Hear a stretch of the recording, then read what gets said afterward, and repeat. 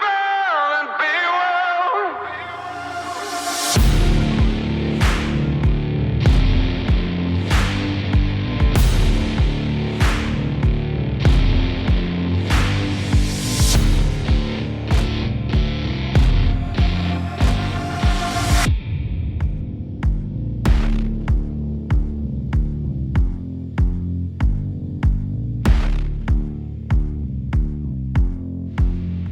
Rachel Prairie is a certified personal trainer with 20 years experience in movement and health modalities. She is manager of training operations for Self Esteem Brands, Anytime Fitness, the largest fitness franchise in the world. She's been a guest speaker and writer for the Special Olympics, American Academy of Sports Medicine, Functional Aging Institute, NBC, ESPN, Women's Health Magazine, and even presented at the University of Guam.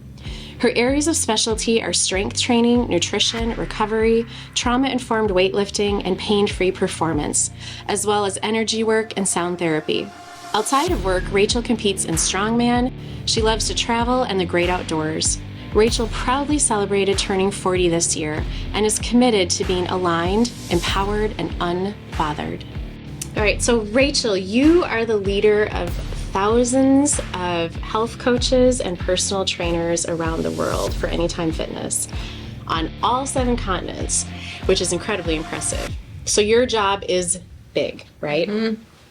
So most people would probably assume that leading the health of trainers and health coaches is easy. So I'm going to go back to one of my primary basic nursing questions I would ask all of my patients, and I'm going to ask you, okay? So on a 0 to 10 scale, how easy or how difficult is it to promote health and well-being in your coaches and trainers? So meaning 10 being like, this is the most difficult part of my job. It is painful. It is something I struggle with every day. 0 meaning I don't give this any thought. Everybody's got it all figured out. I don't have to do anything in this realm. As the leader of all of the health coaches and trainers, and no pressure, but on a 0 to 10 scale, how difficult is it to make sure that all of your coaches and trainers are healthy and well themselves? It's easier than it used to be, but probably a 6 or a 7. Okay. Just because if you would have asked me that 5 or 6 years ago, it would have been a 10. Yeah. Like, I'd be like, we are in critical care here. We need to figure out how to do this. Okay. But just with how we've shifted and changed as a brand, really also shifted and changed us as trainers and coaches. It really led us to coming out of just the trainer mode where we focus on the physical and like all this hustle and grind to the coach, where it was really like, we talk about this all the time, like fitness as a love story, right? Like, how can I really connect to myself so I can show up for my members? But we're still working on it, but it is a lot better than it used to be. Yeah. And the reason I ask that is because I think most people would be so surprised to think that people in the preventative health industry, like, you're the experts, like, you're the people that lead people to health. Yeah. And so how can it be that those coaches, those trainers actually have a lot of struggles with their own health, right? Yeah. And it's the same way in healthcare. So a lot of people go, and we had this conversation. I've got a lot of nurses and doctors as clients. I know. You guys have problems. We're the worst. You're the worst. Yeah, we're the worst. Yeah, okay. So I'm just going to take that. And it's probably true. But it's that thing of where you struggle with that need to have this image of health, right? Like, I represent it, I teach it, I coach it, I foster it in others, so I can't be lacking in it myself. Right. So how do you get coaches and trainers to kind of let their guard down and like just be real people who are having the same real problems as the people that they're training? Yeah. Well, I think it came out of this like shift in mindset about what fitness is too, because a lot of my most fit, healthy appearing friends and trainers and coaches actually don't have the insides quite right. Okay. So like, they know how to show up and look the part, but they're not living it. And so I think a lot of it was just the industry also shifting away from this aesthetics, like skinny, thin is in goal to like actual wellness. Yeah. And so like, I think that had to happen first. That also gave the trainers permission to also think about wellness, not just fitness. Yeah. So a lot of it is like, hey, and I take this from Mandy, a Yeah. friend of ours, all Yeah. the time, is that you can only lead as far as you yourself have gone. So true. And so if we're only showing up in kind of this outwardly appearance of health and not really living it, it is hard. Our clients and members feel it. Yeah. We can only take them so far. And if we want them as healthy and happy as possible, we have to do the work. It's a mirror, right? Right. It's a relationship that we build together, but the end goal is really to help them build that for themselves. So if we don't have it figured out, everyone's going to struggle. Right. We all got problems. Yeah. Yeah. So did you have to go through that journey yourself? Yes. I lucked out, like, from a young age. Even my parents and my mom in particular had a big influence on, like, thinking about, like, what your body can do for you and not so much the appearance of it. But depending on what I was training for, competing in, I like to experiment on all the things on myself first, right? Yeah. Like, got into bodybuilding for a while, and that was kind of wild. And I didn't realize coming out of that suddenly, like, my relationship with food seemed a little off. Yeah. And my a drive or, like, want to maintain a look suddenly flared up. Yeah. So it was kind of like riding this wave, and I was trying to align with health instead of just this kind of overall aesthetic of fitness. Yeah. Do you think that's an industry-wide change, or do you think that's where, like, Anytime Fitness is really committed to that? It's not just about, like, how you look. It's about all the things, like, heart-centered, internal, spiritual, like, emotional, relational. Yeah. What's been your experience? I would say we were on our way as an industry, and then the, like, peak of pandemic times kind of started, like, to propel it forward. And same with Anytime, we were kind of, like, on our way, and then the pandemic propelled it forward. I still think we are ahead of the game in kind of the recovery spirit connection of, like, mind, body, spirit, more of the holistic approach. I don't feel that when I walk into other places as much. Sure. But as an industry, some people that I, like, love, respect, and look up to are now focusing on strength training and eating and sleeping and hydrating as opposed to the scale or your inches or whatever else. So we were all headed that way, not as fast as I would like. Yeah. But it's coming and it's working. Like, it's really sticky for the clients and members, because that was the secret sauce that we were missing or not focusing on, is that we have to kind of work inside out. Right. And the industry was flipped. It was like outside in, and, like, fingers crossed that you are also mentally healthy and spiritually healthy. So now it's like we're hitting them on all fronts, on all because levels. That's what it really takes. Absolutely. Well, I know you're really committed to holistic health, so I'm sure that kind of emulates, right? And, like, your tentacles spread in all of the trainers in terms of just being comfortable in that space. Yes. Is that something that, generally speaking, your trainers are open and accepting of, or does it take a lot of work on your part to be like, hey, you know what, it's okay to look at yourself from a health lens, right? From, like, 18,000 feet up, right down, of all the different things that are impacting your health? I mean, are they, generally speaking, pretty open to embracing that, or is it tricky to get coaches and trainers to want to look at health holistically and not just like, oh, it's fitness? Yeah.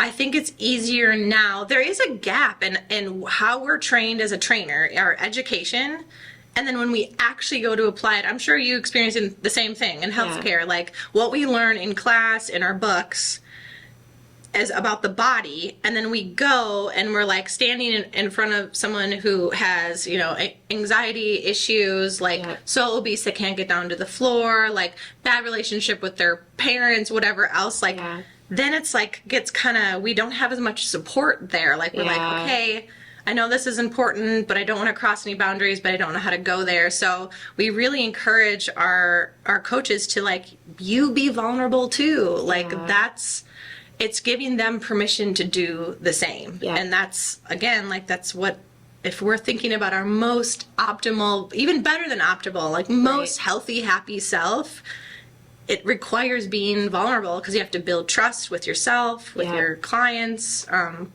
with your body, feeling safe. Yeah. So I would say that it comes down to they are willing, but I don't know if they give themselves enough capacity. Like they don't have enough time in the day Yeah. to barely get their workout done, let alone work on their breathing and meditation. themselves. Yeah. It's like it's a capacity issue, which is usually reflected by, you know, how we're paid too in the industry. In general, a lot of trainers have to work second jobs and have families and everything else. And so it's just like this, the best trainers and coaches I know have a really good work-life balance. Okay. So they can work on themselves, because Yeah. you'll get burnt out otherwise. 100%. You know, it was really interesting when we had a retreat together and we were at the point, we sat down at the beach and we had this great conversation. And, you know, in each industry around health or preventative health or medicine, I think we all kind of feel like what we are going through is so unique. And what we realized in our conversation was like, you too? Yes. I'm like, seriously? I mean, it's in the preventative health industry and it's in the acute and sick care side of industry, right? Where it's like, we aren't encouraged to take time to care for self, which is the irony in it, right? Yeah. I mean, fitness is primarily, I would have to imagine, like most of your metrics are going to be centered around clients. Like, what are your client outcomes? Like, how much weight do they lose or how much mobility do they gain? And we do the same thing in healthcare, right? So it's like patient outcomes. So if you could measure one thing in terms of your coach's health outcomes, what would you want to measure? Like probably their energy. That's Because a really good one. I think that is kind of a gauge for anything else to follow. Yeah. Like if they're high energy, that means to me they are, you know, they're getting their steps in, they're lifting weights, they're eating, they're hydrating, they're getting sleep. Right. If it's low energy, it's something else. Maybe they're so gassed that they can't have energy. So I think it would be, that's how I would probably gauge where they were at. Where they are. This is something I had to figure out in healthcare, right? Like, oh, I actually have to rebel and be well myself, because nobody in here is going to really give a crap about No my one's health, coming right? for No you. one's coming to save my life. I may be saving others, but everyone else is like, Yeah. irreplaceable. So it's that thing about, you know, how do you give yourself permission, right, for self-care? And like, you can only give what you have. Like, you can't give beyond the energy that you have on reserve to give to people, and how important that is. And so I think for a lot of people in a lot of industries, it's so interesting to hear that, like, no way this is happening in the gyms, because it can't happen in the gyms, because that's where we go to, like, find ourselves and find health. And honestly, I tell people this all the time. I learned about health, and I had my master's at the time, right, in healthcare and healthcare leadership. And I learned about health from a personal trainer who was bold enough to really challenge me and be like, you actually don't know anything about health? And I was like, yes, I do. Have you seen this research article on blah, blah, blah? And they were like, okay, well, and eventually, literally, I had to break down and be like, you have 3 months. You have 3 months. That's all you have to change my life and change my health. And if it works, I'll buy in. All right. And of course, it totally, totally worked. I love that trainer. It's like, God, now I gotta like own up. But I did. But the point being that I think it's super healthy for people to understand that the struggle is real, even in the places you would least expect the struggle to be, right? Yeah. So if you're having to work on it, if healthcare is having to work on it, and other industries, it just like normalizes it. Yes. Right? Doesn't mean you stop working at it. Right. But the struggle is real, like from A to Z. Mm-hmm. And it's really important for us in that common ground, like as humans, just to accept that. Yeah. Like, it doesn't matter if you're a coach or a trainer, who most people have on a pedestal of health. Right. Or a doctor or nurse, you know, who's here. And it's like, we're all struggling with the same thing. So how do we just help each other be healthier, stronger humans? Yeah. It is. It's our community. Like it's and a lot of our wellness doesn't even take place in the gym. Yeah. So if we aren't building those relationships with ourselves, with each other, there's no legs to it. It won't stick. It has to be, I almost wish like we could just empower. I would say this, if I ran for president, which by the way, I would totly vote for you, by the way. Be like, yes, Coach Rachel. If I ran for president, I would want everyone to get certified, to become a certified trainer, or something where you know your body, like give people the tools. Doesn't mean that they'll act on it, because a lot of people know what it takes to be healthy, but still don't. But that's a whole other level of like complication, trauma, all that stuff. But it would be awesome if like we really understood. I think the best trainers and coaches empower their clients. Some of them we have a long time for forever, but really like they should know what to do, how to do it. I call it like you get this like sixth sense with your body. Yeah. Like you're like, oh, I feel just a little bit off because you're so in tune with what's going on. Yeah. So I think like if we think about our wellness community, like empowering people to figure this out and just giving them space and knowing that like failing, I hate that's not the right word, but like that's actually part of the plan. Right. It's okay. Like we can totally do this. Right. That is a brilliant idea. We can totally do this. I think you should make some political signs and I'm sticking up my yard. Rachel for president. But We can totally do this. we can do this. We can totally do this. Hey, I would do it. But it's true. I mean, you think about it, like all the things that we learn in school, and nobody teaches body IQ.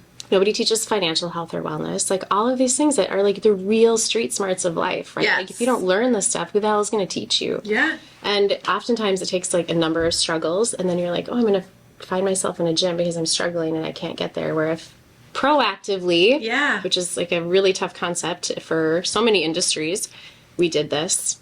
For It would make a big sure. difference. We don't need gym class where we all feel bad that we can't run a mile and do push-ups and pull-ups, but we could learn how to eat. Yeah. We could learn how to breathe better. Like that would be so It'll go a long beneficial. ways. Create better, more healthy adults by the time they get up here where we're like, okay, we're going to recover. We're going to podcast and drink wine because we're never enough to be vulnerable somewhere in here. Exactly. Yeah. That's awesome.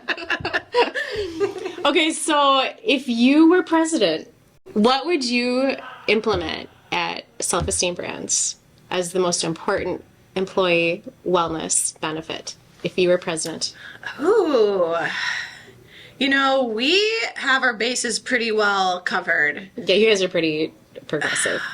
Yeah, But you guys, as like the most progressive company, I'm always like, well, what's your next innovation? Like, what's the next thing? What's the next? I think, because we kind of have like body, mind, spirit covered. We have nutrition, we have movement, we even have mental health. We use, I can't remember it off the top of my head, but Modern Health app. We can have therapy sessions, log into like how to be a better parent, how to be a better listener, like all these things. Maybe a little bit more leadership training.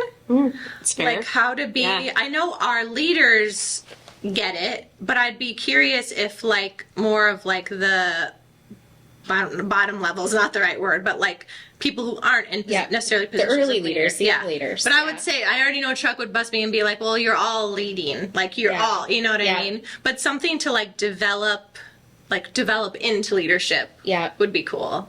Which is really helpful, right? Because it's that same exact concept that we're talking about around health. Like nobody teaches it to you. And I don't know about you guys in the preventative health industry, but in healthcare, we throw doctors and nurses into leadership roles all the time. And we're like, run this team, manage these 50,000 patients. And we're like, sure, because I went to nursing or medical school, I know how to lead like a team of 100 people. Yeah. And we don't. So then you fall on your face and then you have all of these struggles. And eventually people learn, and now more people are going back and getting degrees in leadership. But if you could have that early on, you could lead preventative health so much better. Oh yeah, for sure. And maybe even educating more people here on the body too, because we have such a diverse group of people working, and everyone's active in their own ways, which is something so nice. Like there's no pressure, like you have to go to team training anytime, you have to go to base camp. It's like, nah, you just need to move however that feels good to you, even if it's at a competitor brand.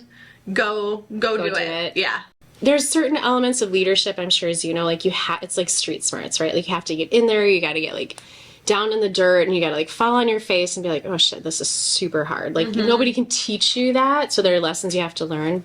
But if someone could just give you a little bit of education and a little bit of training before they like threw you into the fire, might help a little bit. Yeah. And we do too. We have like mentorships. We have I even got like scholarship dollars this year to go through project management, which is something that when we have our we have like a great review system, like yearly and then at 6 months too, just to make sure like, hey, this is what you said. Yeah. Are you still on track? Yeah. Like, because we set personal and professional goals too, and then we have larger team goals too. And I realized when I kind of moved more into not just leading the trainers, but now leading groups of employees here through projects, I was like, I'm really glad I have such experts on my team, because I didn't have like the organizational skill to spread out the work. I could have made it easier on the team. It was just kind of like, try to keep up. Here we go. I'm out here. Yeah, I literally was I'm the coach, so do your best. Like, that was my strategy. We still got That's not going to be nominated for president. Oh, but damn it. outside of us three. Rachel Perry, do your best. Yeah. But I realized, kind of like looking around these meetings, I'm like, I'm stressing people out because I don't have the skill set. So then at my review, my leader's like, I said to him, look, hey, I love this project work, but if I keep going, this is something that I need to really work on. Right. And so applied for the scholarship dollars to do project management and agile to help next time around, which is already here. Yeah. Working on our next big projects that I can be more, I want people to feel calm and confident and not kind of just like shooting from the hip, which is what I do when I'm by myself. I just have to lead myself chaotically. But in front of others. In front of others. Now they're all seeing the chaos. So you're that's real. Cool stuff like you're that. real. You're vulnerable. Sure. Yeah. But the reality is that you've been fostered, right? Like, you've been given the tools along the way to do what you need to do and to get better at it, which is awesome. Oh yeah. And really important. So I appreciate what you're saying, in that if you could add anything for your employees now to give people those leadership tools sooner. Yeah. And how much that would, change the trajectory of their leadership path. Yes. And that's a big deal. That's a really big deal. So I love that answer. In that, I'm going to ask you something. It's probably going to make you be a little bit vulnerable. Okay. So you said the word spirit. And I know this is, a topic that can go a lot of different directions. But I've realized how important it is in health. Like, when I'm with people who are in pain or spending their last days on earth here, I have gained a whole new appreciation for like how important spirit is along one's life and health journey up till the end. So you see people at their most vulnerable times. So I have to imagine like people's spirits and energies like arise, right? And how do you incorporate that into fitness? Like, how do you honor people's spirits when you're working with them in a primarily physical realm? Yeah. Because I know you're a very spirit-driven person. So Yes. I hope you're okay that I'm asking. Oh yeah, for sure. Okay. And my like spirituality is kind of relatively new to me, honestly, in the last few years, because I kind of like rejected it, or like it made me so uncomfy. Yeah. That I was like, I'm just gonna work on the body. Yeah. I know that. It's comfortable. I feel safe here. So kind of expanding out, first exploring my own, like, what do I feel? What do I believe? And then also like, I think a lot of it for me is like asking people the right questions at the right time and letting them kind of come to their own conclusions, or even helping them connect the dots. Like, okay, you said this, but you're doing this. So like, what's happening here that, what is it? Is it something, is it stress? Is it anxiety? Is it you feel like you're not supported in this area? And a lot of it, especially because like, I still am forming my own like point of view. Like, I feel like I'm probably part alien. Like, we haven't talked. Yeah. I know that's not a question, but But we can go there. But I keep thinking, like, I used to think, and this might sound sad to some people, but it wasn't sad to me at all. I used to think like, we're just here. Yeah. Like, we just got biologically lucky, and we just ended up here in these bodies, top of the food chain, and I'm going to do my best while I'm here, but then I'm out. Yeah. Like, you know what I mean? I'm going to be super strong and peace out. And then bye, Earth. Yep. But the more I got into spirituality, I'm like, man, like, how can there be like literal stardust in our veins and think that, or all these billions of other galaxies and stuff out there, and think that there isn't something going on here. Something bigger than ourselves. Something bigger. And so if I can help people, like, hey, like, yes, we're focusing on losing this weight, and yes, we're focusing on eating more protein, but like, we're also focusing on like soul purpose. Yeah. And really deeply rooted, like, once you get this one life, like, your health is dependent on what you do with it. Like, you can't do anything without, you can do stuff without it, but it's harder. Right. It's a lot harder, a lot more obstacles. So a lot of that is just like helping people kind of connect things that I see that they don't, because usually when the person's like in it, it's like blinders on. It's really hard. And so again, asking them the questions, having like even speaking back their own story and being like, hey, this sounds like a really powerful moment for you. And then they're like, oh yeah, I guess it kind of was, you know? So a lot of it is just like kind of figuring out for myself, and also helping people like connect the dots to things that they might not have seen, felt, or heard. And then really like on those hard days, especially, or those days where you really are gassed and like don't want to do stuff, like kind of remembering like, what is your purpose? Like, why are you here? Like, what's your mission?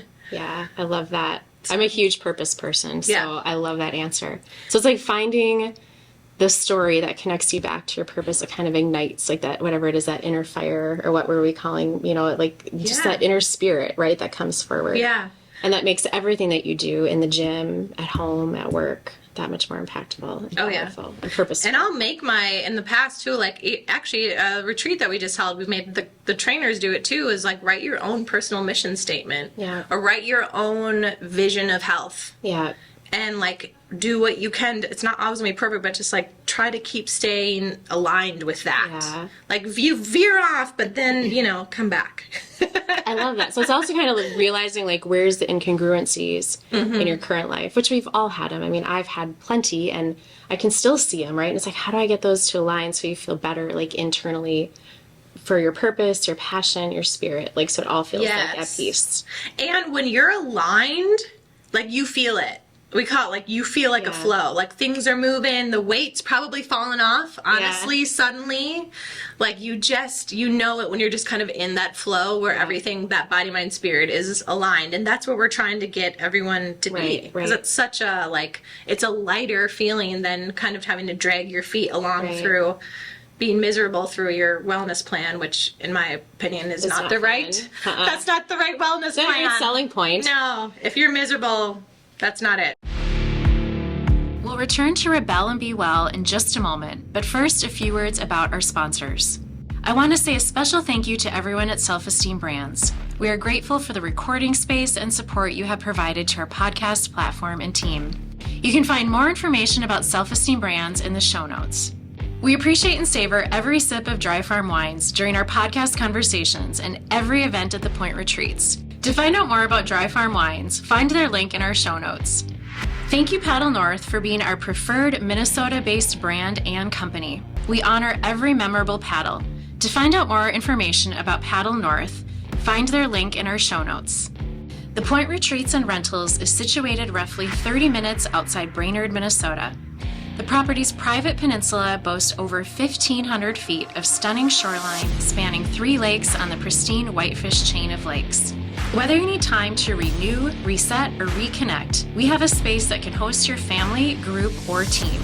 Click on the show notes to find out more about the Point Retreats and the Point Rentals.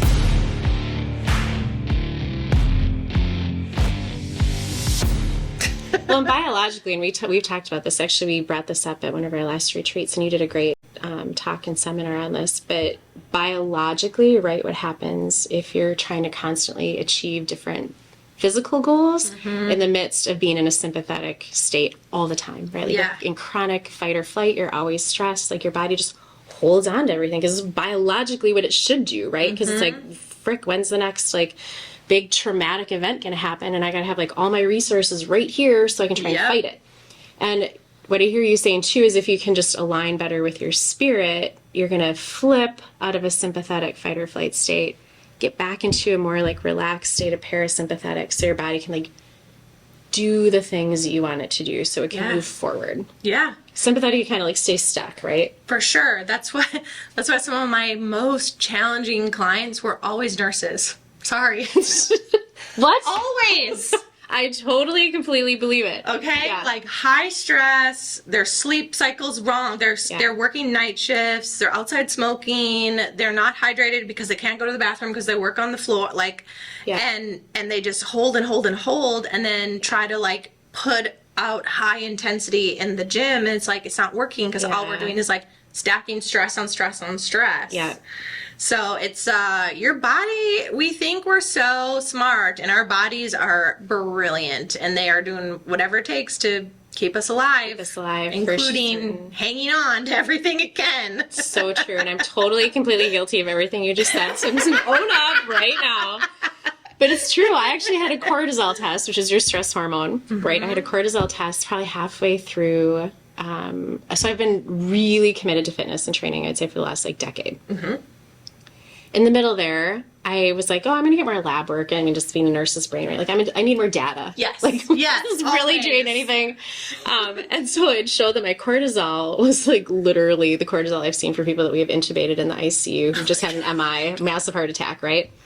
And I was like, oh shit, like I'm gonna roll this up and like not show anybody that. The shredder. And literally a few of the trainers approached me like, we saw someone with us and they died like 2 weeks later. Like, you have to do something about this. Oh my God. And I was like, I know. Yeah. I know. Yeah. But it was like, I couldn't refuse it anymore. My body was like, okay, so I can keep doing this and lead myself to an earlier death. Right. Or I can do something different. And it was incredible. To exactly what you're saying. As soon as I started to let go of some of the stress that I knew I was holding in from different things in my life, everything else started to change, starting with my body, right? And when I deviate from that, it's like my body goes right back to that. Yeah. So I know. I said, we're like, I'm in charge around here. And I'm like, are you though? I know, but really, your body knows what you're doing. It's totally true.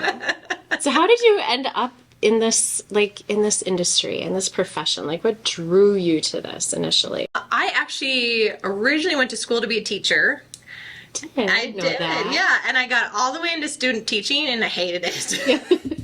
And then I was like, well, I'm screwed. I just went all the way through all this schooling and now this isn't what I want to do. Yeah. So I finished my degree, and at the time I was also coaching volleyball, which was like the love of my life. Coaching was just so fun.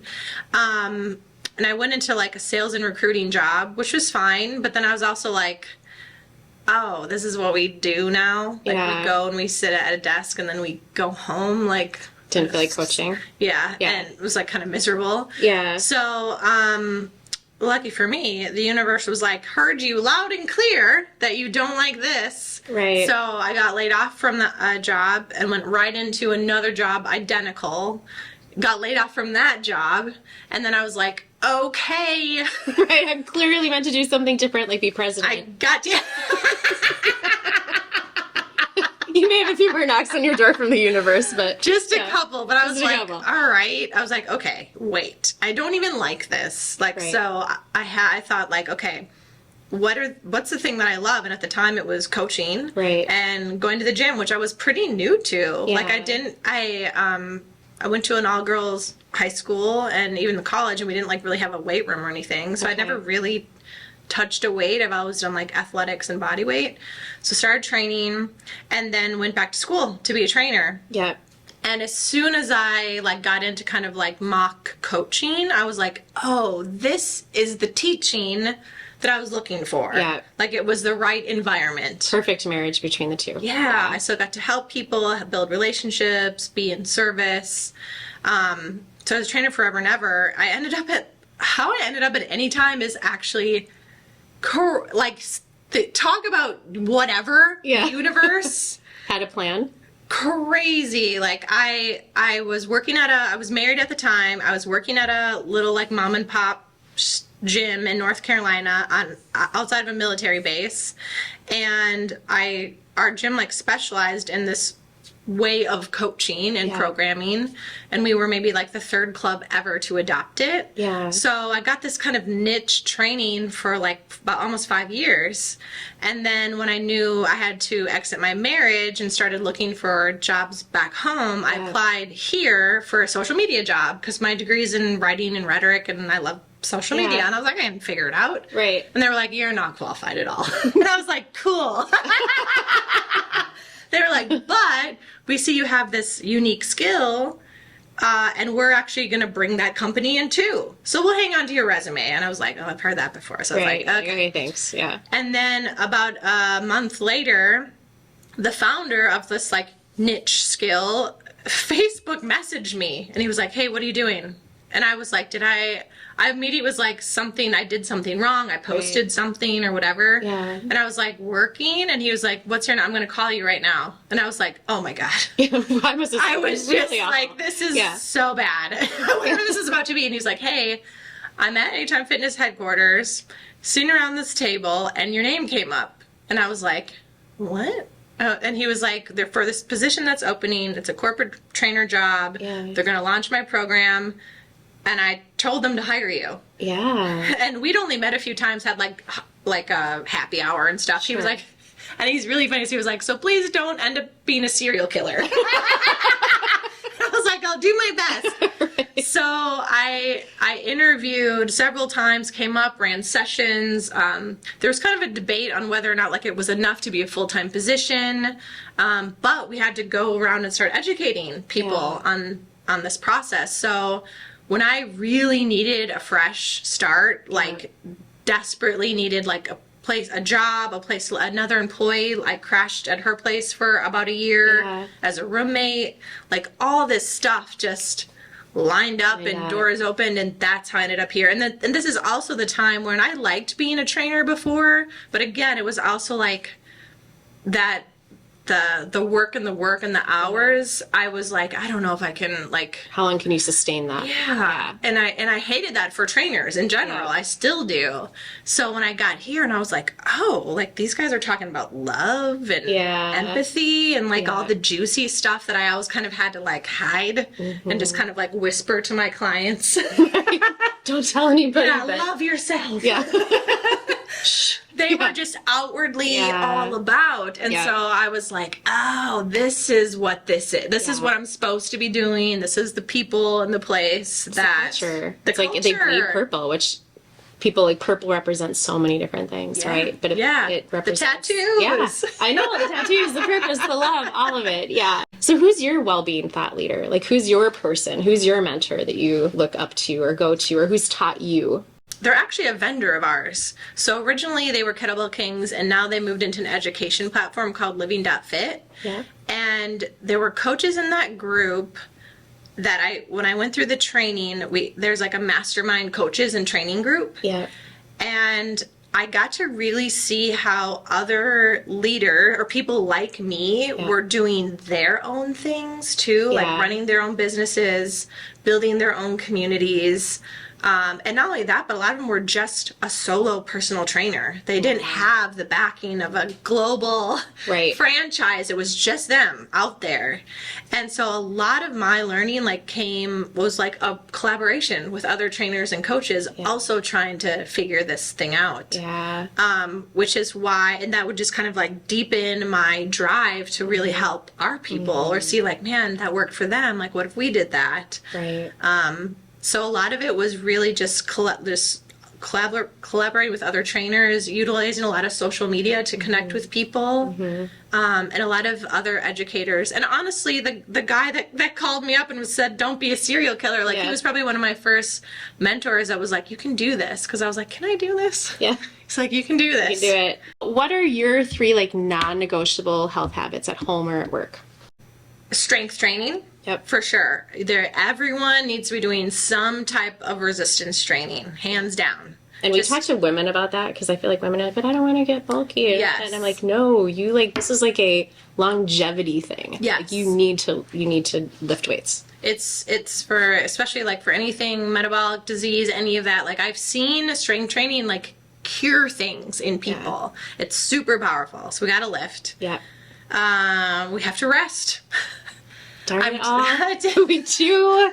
We have stuff to do. We can't just be resting all the time. But I'm telling you, like, resting, even, like, the appropriate amount of rest days or off days where you still walk and move into mobility, and sleep is so underestimated. But it affects everything we do. Our ability to learn, our emotions, all of that, and our ability to recover from this training that we've done. That's where we build our muscles.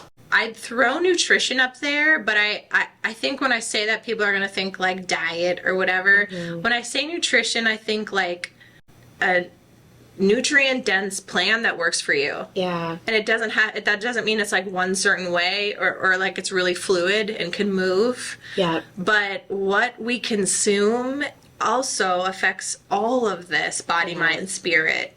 So making sure that we are, again, staying aligned means that what we consume, even the word consume to me too means a lot different, because now I think like what we see, what we hear, what we scroll, what we like all that stuff. So I think maybe like consumption is like the third one too, is like making sure that we're making healthy choices and all the things that we experience and put in our bodies. That is such an important component of life, especially in today's world, right? Because there's not a lot of filters. Yeah. So we have to kind of sometimes create our own, so we don't let the things that will impact us negatively in, which is really hard to do, whether it's food or whether it's social media. Yeah, that's a really good point in terms of being a health determinant, right? I'll even find that I'm on the phone and I'm like, oh my gosh, I just spent a half hour looking at absolutely horrible things that are not creating anything positive in my life. What a waste of time. Yes. That I could have been like doing a million other things to actually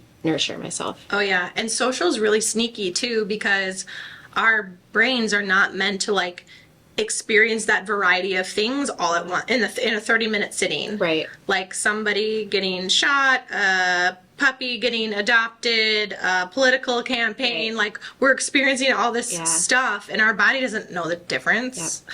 They can't process it. No. Yeah. Our poor bodies. Be sweet. I know. Sweet to yourself. I know. I keep telling one of my health goals has been like, I just need like a week-long digital detax. Yeah. And it's so hard to do, especially, in the work industry and whatnot. But anyways, it's still a goal of mine I'm going to make happen one of these days. Do that thing. I have the thing where you can set like an alert to go off. So once you hit your whatever, you get a half hour a day, a little thing pops up, and then like you have to then goodbye. Done. That was your time. I love that. I should do that. And actually what I have to do is a little more extreme. I'm like, okay, well, I need to go to the Boundary Waters for a week and like literally plot myself in the middle of nowhere land and be like, there's no signal. So guess what? It's a digital All right, detox. throw your phone in the lake next time. I will. I should. Yeah. And you are, I think what I love about all of this, Rachel, and what I love about you is you have this really grounded presence, right? And a lot of wisdom and knowledge as you've gotten now kind of entering into the second half of your year. And you really want to drive health in others, and you really want to keep improving yourself, which comes through so strongly in everything that you do. And I think that's why people can just relate to you and talk to you so easy and learn from you. But the thing about you that like I admire on the equally relevant side of that is like you're a freaking badass. Like you're strong as hell. Like I'm looking on social media, I'm like, what? She just won. Like, you just won this strongman competition. So you can be this gentle, spirit-driven leader who's also strong as AF, right? Like, and that is the beautiful thing about you. So how did that feel to win that competition? I do. So like the reason I kind of go so hard in all these areas really is like, I do believe, like I even have like tattoo, like this all ends. Like, so it's not kind of this toxic sense of urgency where you have to like do all the things. Right. But it's like, I have to stop messing around with things, people, places I actually don't care about. Yeah. Like you know what I mean? Like they're just like, I have to be done. And so I started just cutting people, places, things, whatever, I'll just noise out. And when I did that, then it gave me space to actually be like, well, what do I want to do? Like, what sounds fun to me? And Strongman popped up. I started thinking about it a couple years ago, but I couldn't find, or when I moved to Utah, I couldn't really find a coach or a community. And I don't know, like, I'm a trainer, but Strongman's different, like it's different training, different even equipment. I'm like, I don't even know what that is, right? Like what am I supposed to do? So here we go, the universe. See, this is why I can't deny it. Right. But I was I went into the gym that I train at in town, and after kind of like, I'll let it go, strongman some other time, I'll go back to kettlebells or something else that I love. But I walked in like the next week to this gym, and there were two guys doing strongman things in the gym. And without hesitation, I walked over and was like, "Hi, I'm Rachel, and I want to do strongman. Can I be friends with you?" And they were like, "Yeah." I was like, "Okay, cool. Great. So what do we do?" And that's kind of how it started. Right. And so we competed in March, and that went really well and had fun. And then I realized that, like, I'm also someone, because I've done everything and because I know what to do, I'm really well equipped. I kind of will just be in maintenance, which is fine. Yeah. That's a healthy, happy place to be. But I was like, man, if I want to keep getting stronger, that's my goal. It's best for me to always train towards something. Yeah.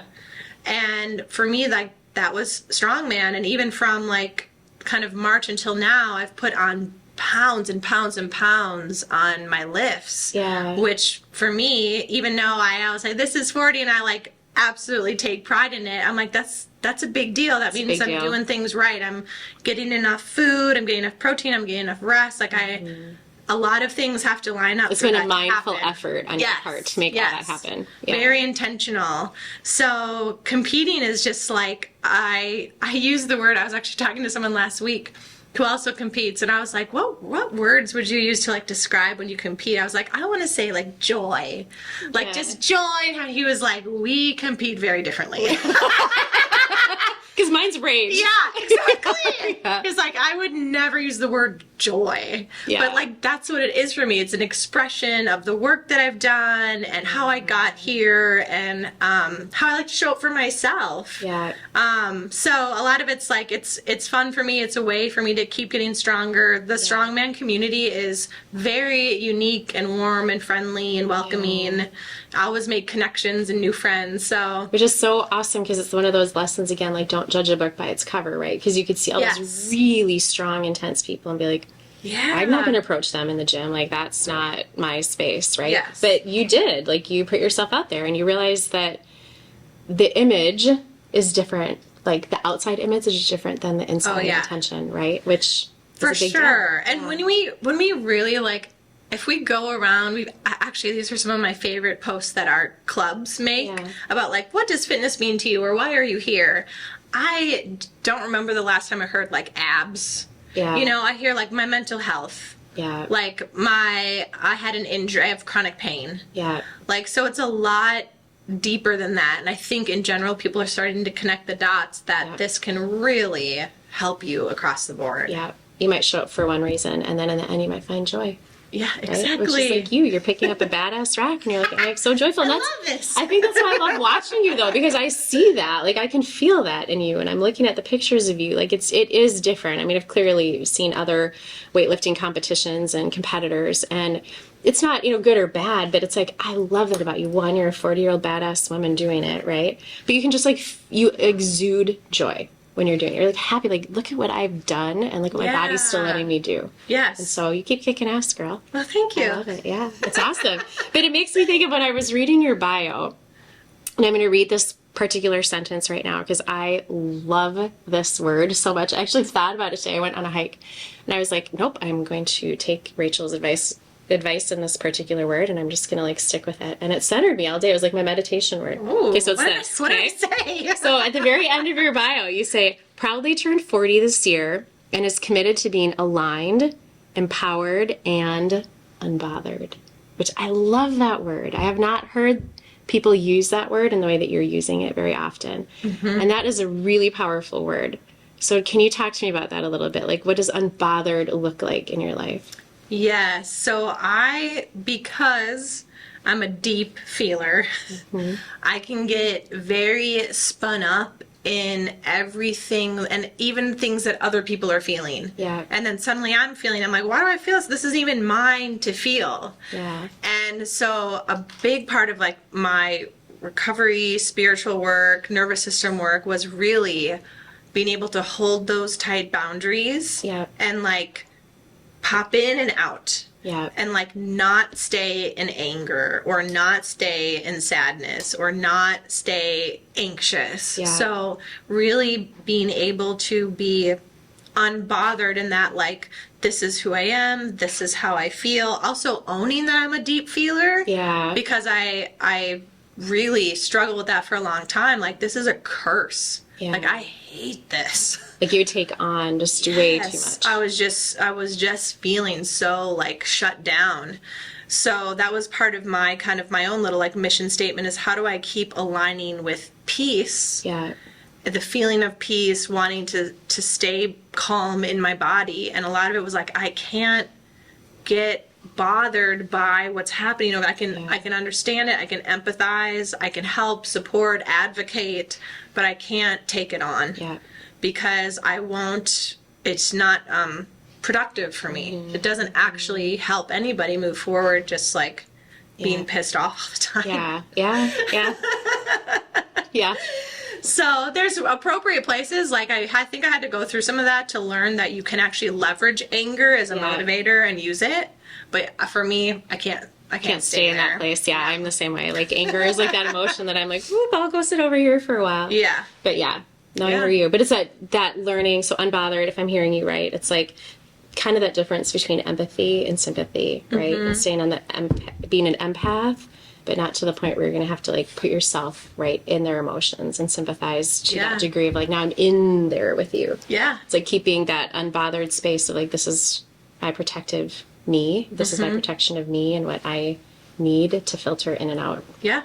When it goes back to that kind of this is 40 thing too, is that like, hypothetically I'm halfway. Yeah. And again, it's that thing where I kind of like cleaned house. Yeah. And I was wasting just so much time and energy in things that didn't matter or that I didn't care about. And then missing all the people, places, and things that I loved. Yeah. So I was like, I can get caught up real quick. Yeah. Still, I'll catch myself and be like, oopsie. Yeah. I've come too far. Yeah. And like, now I'm bothered. yeah. I need to unravel that. So I have to reel it back in. But it starts with awareness, right? Yeah. And I think 40 kind of brings that. So I'm a few years older than you are, but your 40s kind of allows you just to be like, okay, like how much, I don't have infinity left on Exactly. Earth, right? So what do I want my time and space and days and weeks and years that I have left to be filled with? Oh yeah. And things and emotions that just don't serve you anymore, it's like, why am I going to bother with those? Like, I'm going to get unbothered. That's why I kept telling myself, I'm going to let that unbother. I'm going to go on the unbothered path down this train of thought. So I love that word. It's a really good word. Yeah, it stuck with me. It might be like my new word. like, sure, I'm going to have to get that like tattooed on me somewhere. Okay, so you have a few tattoos. Yes. Okay, so do you have any more that you're going to get? As we're in the Anytime Fitness, Self Esteem Brand, tattoo parlor, it's only fitting. Yeah. We talk a little tattoo, right? So do you have any others you're going to get? I have a couple in mind. I have a heart on my leg. Kind of started this leg piece years ago back in North Carolina that I wanted to kind of represent like my health and fitness journey. Yeah. So something that I haven't kind of put together. I think there's going to be maybe some like tarot card images and stuff on there, like body, mind, spirit. Yeah. But the next one I want to get is actually a great uncle of mine. So all my dad's aunts and uncles have passed, which was like kind of an end of an era for our family. And I have I don't know if I have the picture with, but my uncle Angie was in the Navy, and he had the sparrows that like are supposed to like guide your way home. Yeah. And I thought like the very traditional tattoo of those would be cool because he had those. And the last time I saw him, he was so quick-witted too. He was like, I was like, so why did you get that tattoo or something? And he was like, oh, to get the girls. And I was like, ha ha ha. He was like, it worked on you, because like I came over and asked him about it. That's true. You're like, wait a second. I was like, okay, I'm glad. But like something that kind of more of like, I'm an only child, and like I have my parents, and there's this thing to when you turn 42 where like you're kind of like coming to generational ends. Yeah. And so I kind of wanted to memorialize some of that too. Some of the previous generation that has like subsequently left. Yeah. Oh yeah. That is so cool. Yeah. I love that. Well, hey, Rachel, thank you for being with us today. I appreciate you being part of the Rebel and Be Well podcast and the Point Retreats community. You are a beloved friend and just certainly a great leader and an incredible coach and just an amazing human. So thank you for sharing more about yourself here with me and with everyone else who's going to listen. And until then, like, I know we're going to have many more adventures and magical experiences ahead in lots of different places. So I think we're just getting started. And someday, Rachel for president. Rachel for Rachel for president. I want to say a special thank you to everyone at Self Esteem Brands, the parent company of Anytime Fitness, Waxing the City, Bar Method, Stronger You Nutrition, and Base Camp Fitness. We are grateful for the recording space and support you have provided to our podcast platform and team. You are a true example of what it means to rebel and be well. You can learn more about Self Esteem Brands via the link shared in the show notes below. We appreciate and savor every sip of Dry Farm wines during our podcast conversations and every event at the Point Retreats. As a health and wellness platform, we are grateful to have a pure and unique wine that is free of sugar and additives, grown on small family farms, and brings a bright and soulful and vibrant glass of wine to share with the community we love. Cheers to our Dry Farm wine friends and family. You can learn more and order your own bottles of Dry Farm wine by clicking the link provided in the show notes below. That simple and serene moment when we glide across the lake at the Point Retreats on our Paddle North paddleboard is one of the most cherished moments. It's a gift when we and our guests blend into nature and lose track of time and space as we soar across the pristine Whitefish chain of lakes. Thank you, Paddle North, for being our preferred Minnesota-based brand and company. We honor every memorable paddle that brings great clarity and balance. Click on the link provided in the show notes below to see all the incredible lake gear available with Paddle North. The Point Retreats and Rentals is situated roughly 30 minutes outside Brainerd, Minnesota. The property's private peninsula boasts over 1,500 feet of stunning shoreline, spanning 3 lakes on the Whitefish chain of lakes. The Point property is owned by 2 purpose-driven leaders who share a strong desire to lead others to optimal health and well-being. Our team believes in proactive, modern-day health, shifting our mindsets to valuing quality of life in the same capacity as we value quantity of life. We aim for every experience at the Point to enhance and deepen your whole being health by providing many opportunities for well care during your stay. Whether you need time to renew, reset, or reconnect, we have a space that can host your family, group, or team. Click on the show notes below to find out more about the Point Retreats and the Point Rentals.